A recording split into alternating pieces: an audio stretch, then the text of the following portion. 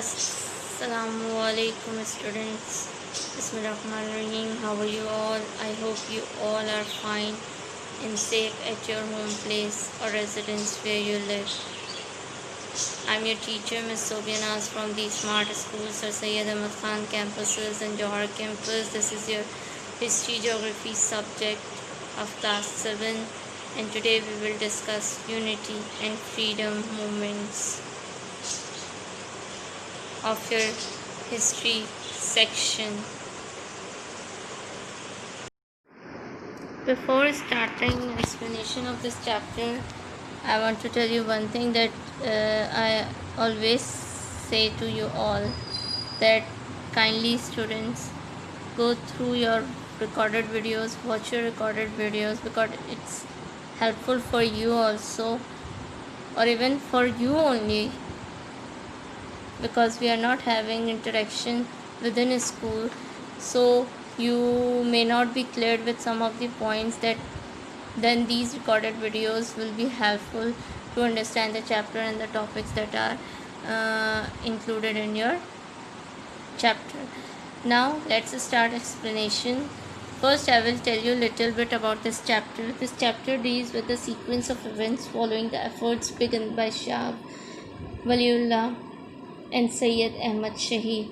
This movement towards national unity came not only from the subcontinent but in a wider context from Muslims across the broader border, confirming the concepts of the Muslim Ummah, a community united despite ethnic and cultural differences.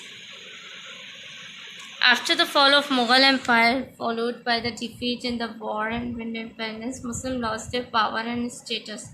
They did not at this time help themselves, as they rejected the education, and the British had also belatedly set up the Hindus, seized the opportunity and accepting educations, took all over important positions and power in the industry. That means they are suppressing Muslims. However, there were some enlightened Muslims like Sir Syed Ahmad Khan, the Ali brothers, Allama Iqbal, who realized the plight of their situation, यानी जो उनकी situation हो रही थी उनको उसने realise किया. These leaders contributed to the awakening of the Muslim internationally, and in giving back to them their sense of pride and purpose. Let's start explanation according to the important personalities. First is of Jamaluddin Ahwani. One of these figures was Jamaluddin Ahwani, born in Iran and educated in Afghanistan. यानी Iran में पैदा हुआ Afghanistan. He traveled widely through the Muslim world and Europe, a man of liberal and progressive views. He is liberal-minded and progressive views. That means how to be succeeded in according to your religion also. And he believed in modernizing the Muslim world. If it was to successfully meet the challenges of the West, Muslims needed to learn new technology and science and look forward to a better future instead of only looking back at a glorious past. What contribution to these views? His wide travels through the Muslim world and Europe, his ideology, pan-Islamism, that is, uniting all the Muslims as a single community, the Ummah Islamic law. The parliament from the government, which gives a voice to the common man and limits the power of kings and rulers. He is popular among the educated youth and opposed by the orthodox people. He supported a parliamentary style of government which gave a voice to the common man and limits the power of king and ruler. For the national independence made him popular with the youngest educated Muslims, as I have discussed. Now, your next heading is of Muhammad Abdu. First, I will tell you some of the questions. Who was he? He was an Egyptian scholar who influenced him, Jamaluddin Afghani, through which he influenced. Where did he meet him? In Paris as a student. Muhammad Abdu. Now let's discuss about him after discussing some of the important questions. Another influential personality was Muhammad Abdu, who was whose revolutionary ideas made him a leading Muslim figure. He was an Egyptian scholar who was strongly influenced, as I have told you, by Jamaluddin Afghani, whom he had met during his stay in Paris. Abdu believed that while the Quran was immutable in its law, the social aspects of Muslim life needed to be reviewed. This can be described as ijtihad. That means, uh, including Quran, they have to be socially, combined, or they have to be socially united. And this social aspect should be reviewed again. This can be described, or we can say it as ijtihad.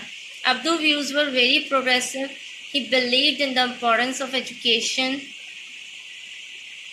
for Muslims to move forward. He strongly supported the right of Muslim women. Even he is supposed to work on the Muslim rights of Muslim women to educate them, and in his university he made special arrangements for the women also.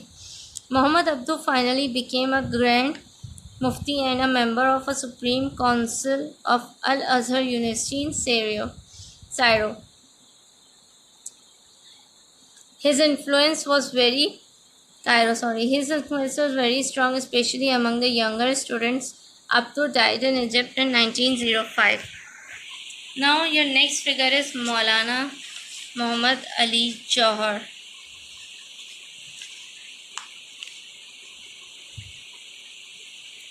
Maulana Muhammad Ali Jauhar was a writer and courageous journalist. Just before World War I, 1914 to 18, he started a famous weekly magazine called Comrade. यानी इन्होंने एक magazine, क्योंकि because he was a journalist ना, तो he started magazine after First World War, Comrade, which named Comrade to awake Muslim politically. यानी उसकी basic जो थी रीज़न उसको बनाने की, that is of to reawake Muslims according to politics. In 1950, he published an article which said that Turks were right to fight the British. और ये उनका हक है कि टर्क्स का वो ब्रिटिश से फाइट करें. It was a relatively harmless article, but the British were furious and had him imprisoned. लेकिन ब्रिटिश जो है इस चीज़ से बहुत ज़्यादा गुस्सा हुए and they imprisoned him.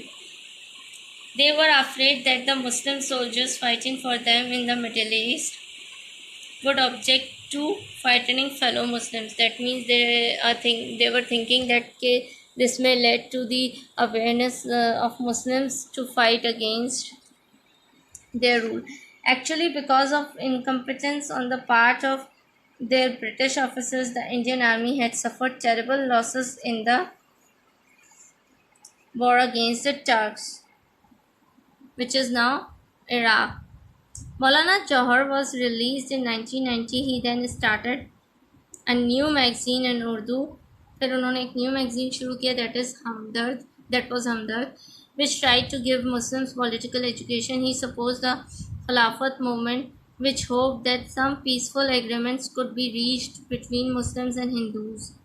In 1930, he attended the first roundtable conference that we called in Urdu as Golmes Conference in London with Mr. Jinnah, but was very sick and died the following year in London. और फिर वो उसी साल जो है बहुत ज़्यादा बीमार होने की वजह से इंतकाल कर रहे हैं. During his illness, he had willed that he be buried in Baitul Muqaddas, Jerusalem, for he did not want to return to a slave country. He was buried there according to his wish. He was buried in Jerusalem, The area was of Baitul Muqaddas. Your next personality is of Allama Muhammad Iqbal. Allama Iqbal was the greatest poet and philosopher, undoubtedly. I think each and every person knows that, who perhaps more than any other single person apart from M.A. Jinnah, Muhammad Ali Jinnah, was responsible for the state of Pakistan. Obviously, we all know that he thought of Pakistan, he thought for Pakistan or a separate nation state where all the Muslims can live freely according to their religious and cultural sentiments. He was a brilliant scholar, studying philosophy and law in England and then in Germany. Back in India, he practiced law and became the greatest Urdu poet of his age. और यानी हम अपनी as के सबसे बड़े शायर बन गए of Urdu. Later, his poetry became a way of putting forward his religious and political ideas. We all know that his poetry were also utilized as a religious and political sentiments enhancement or education enhancement regarding this, or ideas we can say. Much of his poetry was written in Persian so that it would be widely understood throughout the Muslim world. As early as 1910, Iqbal thought that the Muslim world should be united. His poems pointed to the glories of Islam in the past, मतलब Islam ki accordingly, and the miserable state it was in at the time. He called for reform and said that to be a good Muslim was not just to sit and thinking and meditating about the religion. We have to be stand and make our dreams come true, where we to have that state where we freely live according to our religion positively. He joined the Muslim League in 1927 when it had only 1330 members. As chairman of the annual meeting at Allahabad in 1930, he put forward his dream of an independent and liberal Islamic state. That means he in Allahabad meeting, he now verbally, or he now addressed that we are there. This was the necessary thing to have a separate nation state.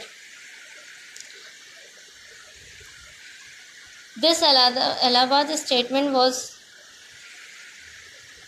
the seed from which the present state of Pakistan grew. ये वो starting wordings थे इनके जिसने पाकिस्तान को वजूद में लाने का reason बने.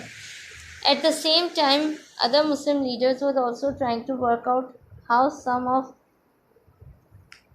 kind of agreements with Hindus could be reached to form a single nation. Iqbal realized this would always be dominated by the Hindus. Obviously, we all know that now. At that time, Hindus were suppressing Muslims, which would be a disaster for Muslims. He had no idea, of course, that his dream of a Muslim state would become a reality. Alhamdulillah, we are now having our dear homeland Pakistan with us. Your next personality is of Chaudhry Rahmat Ali. In 1933, together with 3 other students at Cambridge University, England, he created the name for a possible Muslim state comprising Pakistan.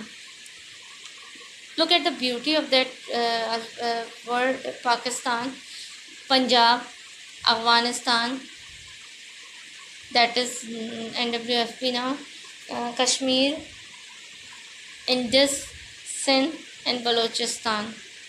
Chaudhry Rahmat Ali had imagined a much larger nation than the one that eventually emerged. उन्होंने वैसे तो बहुत ज़्यादा जो है वो अच्छी state का एक ख्वाब देखा था, but eventually जो emergence of Pakistan हुई, that was not that much big.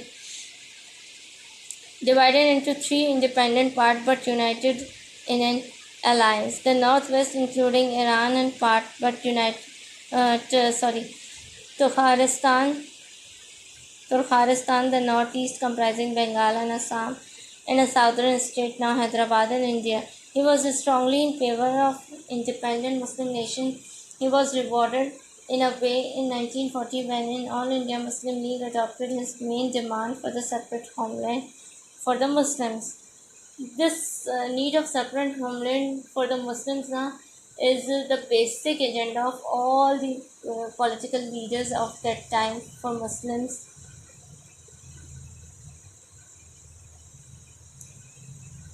Chaudhry Rahmat Ali died in England in February 1951. I hope you all are clear with the topic really well, or the headings that or the personalities regarding that movement. Till your next recorded class, I hope you all will be fine. Inshallah. Take care. Thank you. Allah Hafiz.